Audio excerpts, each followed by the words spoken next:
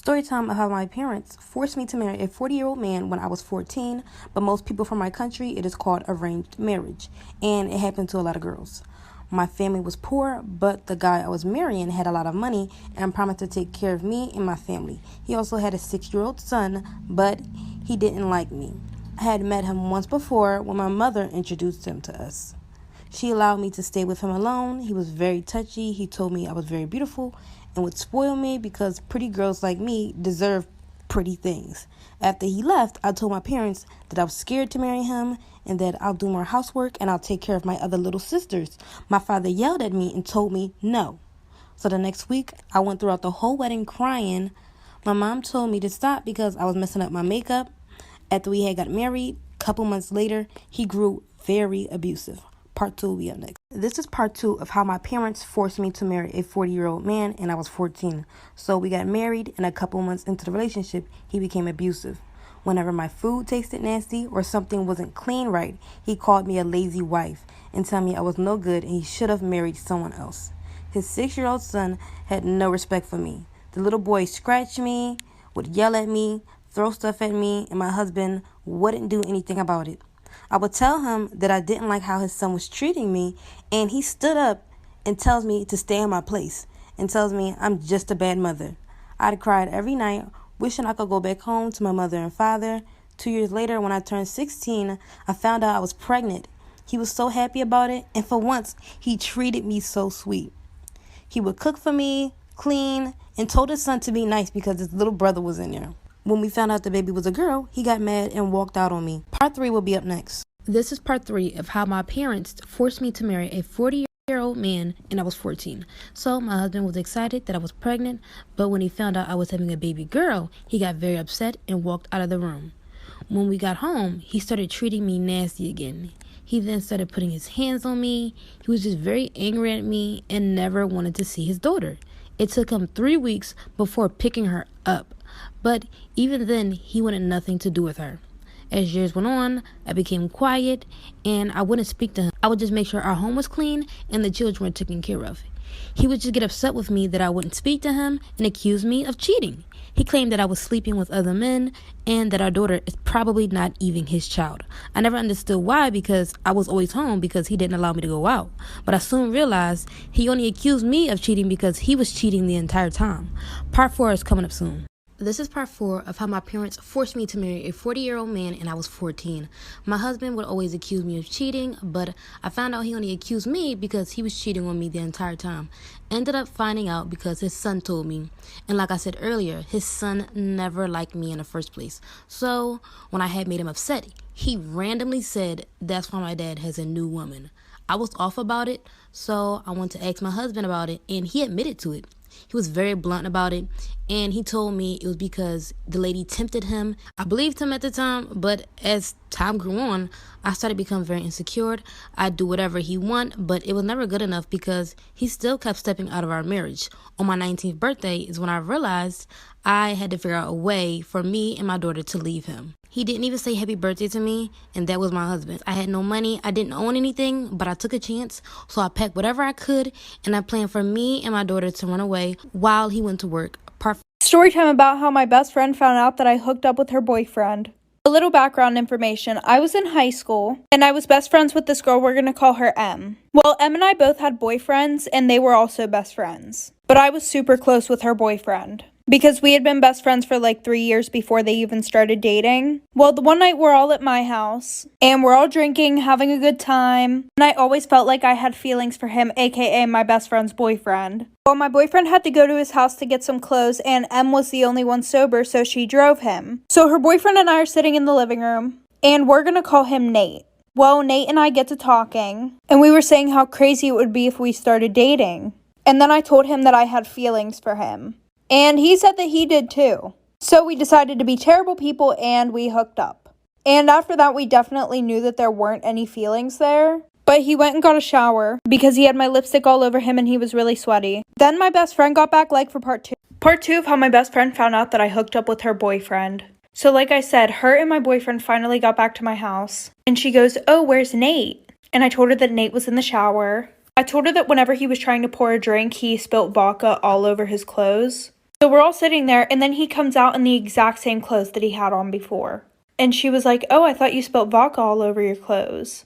And he was like, oh, we put them in the dryer. So she literally got up, went over, and smelt his clothes, and they did not smell like vodka. So after that, she starts flipping the fuck out. She's like, why don't your fucking clothes smell like vodka? And then he came up with something. He was like, oh, she got confused. I spilled water all over my clothes. So as we're all watching a movie, I realized that Nate has a hickey on his neck from me.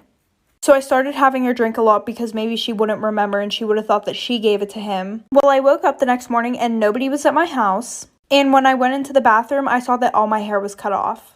A story time about the worst date in my entire life. And ladies, this is why you should really know a guy before meeting up with him. By the way, we're calling him Slim Jim. So I met Slim Jim over Instagram. He was cute and he lived in my area. He did me about a date. So a couple weeks later, we went out to dinner. During our date, he seemed pretty cool, but he kept looking down at his phone. I didn't want to get upset because he wasn't my boyfriend. When we ordered, the guy literally gets $200 worth of food. And me, on the other hand, I got a $20 solid. But all throughout the date, he kept looking around and I was so confused. And he constantly said that he needed to go to the bathroom. He told me that he took medicine that made him go to the bathroom a lot. The last time he went to the bathroom, he was gone for like 30 minutes. And at that point, I was irritated and ready to go until a random girl walks up to me asking if I knew Slim Jim was here. I told her we were on a date and she basically told me that she was his girlfriend and baby mama. If you want to know what happened after that, let me know down below in the comments. This is part 2 of the worst date in my life. And the reason why, ladies, you need to really know a guy before meeting up with him. So, like I said before, he left me at a table for like 30 minutes. And I got upset because I thought he was trying to ditch me to pay the bill. Well, then a couple minutes later, a girl comes up to me asking if I was on a date with Slim Jim. I told her yes, and she basically explained that she was his girlfriend and baby mom. Well, at this point, she was his ex-girlfriend. She starts telling me the craziest things about him, that he robs people and that he will soon be doing time for being a part of a murder investigation, and that I should stay away from him because he had HIV and that he gave it to her. I had to ask her, how did you find him? And she tells me that he takes all his new girls here. Then she leaves out the restaurant. 5 minutes later, Slim Jim comes back and tells me he thinks he dropped his wallet. In my head, I'm assuming that he's trying to make me pay for the $200 dinner. So I tell him that I have to go to the bathroom. I'm running out of time. This is part 3 of the worst date in my entire life, and the reason why you ladies need to really know a guy before meeting up with him. So his baby mom comes in and tells me the craziest things about him and then dips out. Slim Jim comes back out of the bathroom claiming he lost his wallet, so I had told him that I needed to go to the bathroom. When I get into the bathroom, I'm looking for an escape plan to leave out. When I get out of the bathroom, I walk the opposite way of her table and almost make it out of the restaurant. Next thing you know, I'm getting tapped on the shoulder and I turn around and it's him. I'm literally so confused because he was just sitting down the whole time. He asked me where the hell was I going, and I told him I was looking for the bathroom. He starts to act very weird. He walks me over to the bathroom and literally waits outside of the bathroom door until I get out. And guys, I didn't know what else to do. I needed an escape plan, and I saw a window in the bathroom and literally climbed out of the window to get away from this man. Then 2 weeks later, come to find out, he gets arrested and he's given 23 years in prison. This boy lied about his age just to date me. Story time. So back when my cute self was a senior in high school, there was this new girl that came to our school. Long story short, me and her ended up becoming super close. I went to her house, spent the night. Her family loved me. I mean, why wouldn't they? Anyways, she had a brother. We're gonna call him Binky. Me and Binky got pretty close. Now I want you guys to keep in mind, Binky didn't go to my school because their parents were divorced. So the sister who I was friends with lived with her mom, and Binky lived with his dad who lived in another city. But sometimes Binky would go to his mom's house, which is how I met him. Now that we got that out of the way, as me and Binky were getting closer, one day he asked me, hey, how old are you? And I was like, oh, I just turned 17. How about you? He told me, oh, I'm 17 too, but my 18th birthday is coming up. After a while, me and him eventually started dating. Then one day, I ran into his cousin who happened to go to my school. The rest of this story is crazy. Storytime of how I found out that my mom was putting our dad's ashes in our food. Yep, our mom would put our dead dad's ashes in our dinner. So basically, after my dad died, my mom showed zero emotion. It's like she really didn't care at all. Like she kind of wanted it to happen. His death was like an unsolved case, and nobody knows how he actually died. And now that I get to think about it, it might have been my mom, but I don't want to jump to conclusions. And if it was her and she sees this video, I don't want to end up like him. Anyways, back to the story. So about a month after he died, she would always post a picture of me and my brother's dinner with the caption, "You'll always be with them." Literally every single night. And honestly, nobody really caught on. All the comments were like, we're praying, this and that. Until one day I was just sitting on the couch and I look over and my mom was pouring something into the mashed potatoes. So I go a little closer and I see her pouring the ashes of my dad into our mashed potatoes. This is why you should never explore abandoned ships. In 2014, the US Navy decided to decommission one of its oldest ships, so it brought it into port to be broken down for scrap. Before workers were allowed to actually start breaking it down, the foreman had to go on board and take pictures of every room. So late one night, the foreman spends about an hour walking through this abandoned ship with a flashlight, taking about 100 pictures. When he was done, he emailed the pictures to his boss, who quickly wrote back, "Who's the guy with the axe?" The foreman had no idea what he was talking about, but he noticed the boss had attached one of the pictures that he had just sent him. When he opened it, he nearly fainted. There, in the bowels of the ship, poking his head around a corner, was a faceless man wielding an axe. The foreman had spent over an hour in this hallway and never heard or saw this guy. The Navy searched the ship and never found this guy. They also reviewed security footage of the only entrance, and he never entered or left the ship. Okay, so story time. So in March 2019, after 14 years, my parents split up, and then my dad proceeded to basically be a man whore and slept with multiple women. So fast forward to July, I move in with my dad. Then in October, he decided to settle down with my stepmom. Let's call her Susie. Susie was an alcoholic, and for about 3 months, she kept kicking me and my dad out. Until the 27th of December, she let me have my mate around, and we did karaoke with her 8-year-old daughter, and we were messing around on our phones. We were giggling and having fun. Susie thought we were laughing at her daughter, which we weren't, so she kept screaming in my face, and my dad of course took her side. She told me and my mate to get out, so we did. At this point it was 1 a.m. and my mate's house was on the other side of town, so we walked in the rain, and I was wearing a silk short and vest PJ set. My dad picked me up around 8 a.m. So on New Year's Day, my dad, for part two. So on New Year's Day, my dad proposed to her, and a few days later, she found out he was cheating. They split up, and later in January 2020, she sent me messages telling me to cut myself and end my life. Her knowing I had problems with this type of stuff. Up until March, it was quiet. My dad moved back in with her and asked me to move back in with him in April. I was staying at my grandparents' house, by the way. I said yes. I thought him asking me meant he really cared. Everything was happening good till my 13th birthday. Susie kicked me out, so I went to my mom's. Then I started to receive death threats. My dad later on proposed to her again, and later found out she was pregnant. They both went around my grandparents' house and started saying how I'm not welcome and it's all my fault and all that. My nan told me they said this, and me and my dad's side of the family are really close. So later on, in about early October, I started to cut myself again. And then in December, I went to Susie's for a night, and at that moment, for part three.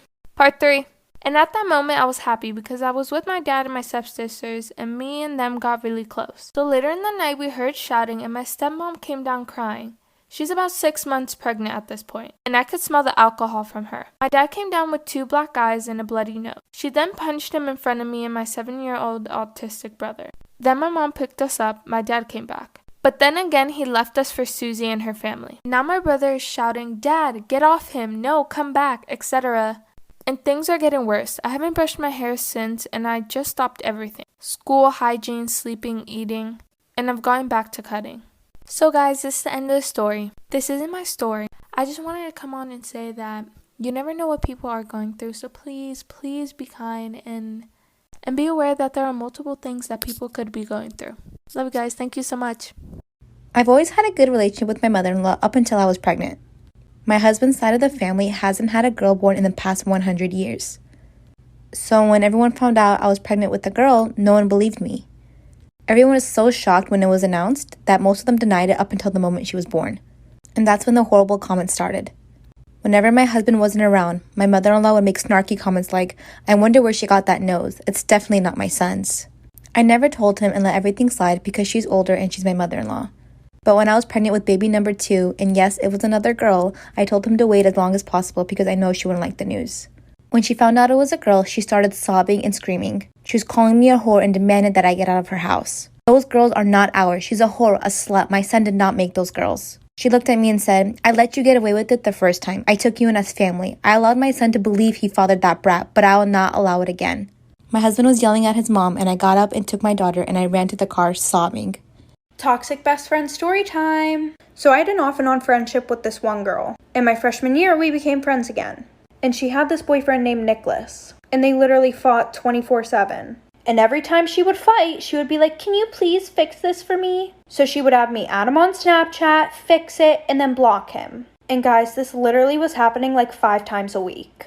And then after she asked me to do that the first few times, I realized she started going through my phone. And when I say my phone, I mean my whole motherfucking phone. A bitch was going through my Snapchats, DMs, text messages, and I didn't know how to confront her because that's just weird. So the one day I was getting ready at her house because we were about to go out, and she was like, I'm grounded, can I use your phone real quick? And I was like, yeah, just let me Snapchat this last person back. And she goes, no, and rips the phone out of my hand. And she starts going through my Snapchat right in front of me. And I had a streak with this kid named Nick. She goes up to me and says, what the fuck is this? Like for part 2. My husband and I were expecting our first daughter, and he suggested the name Tiffany, and I fell in love. When I asked what made him pick it, he said he saw it in a movie. I didn't think much of it, and so a couple weeks later, I called my sister-in-law to let her know we're going to name our daughter Tiffany. She was super surprised because she said she never wanted to name her child after her husband's high school girlfriend. I was really confused, but then she told me that they were together from sophomore year of high school to junior year of college. I knew he had a long-term relationship, but I never knew the girl's name. After hanging up, I confronted my husband, and he tried blowing it off at first, but eventually admitted that it was true. I told him I'm refusing to name my daughter after his ex-girlfriend, and he told me it's too late, I'm overreacting, and I can't change my mind since I'm only due in 5 more weeks.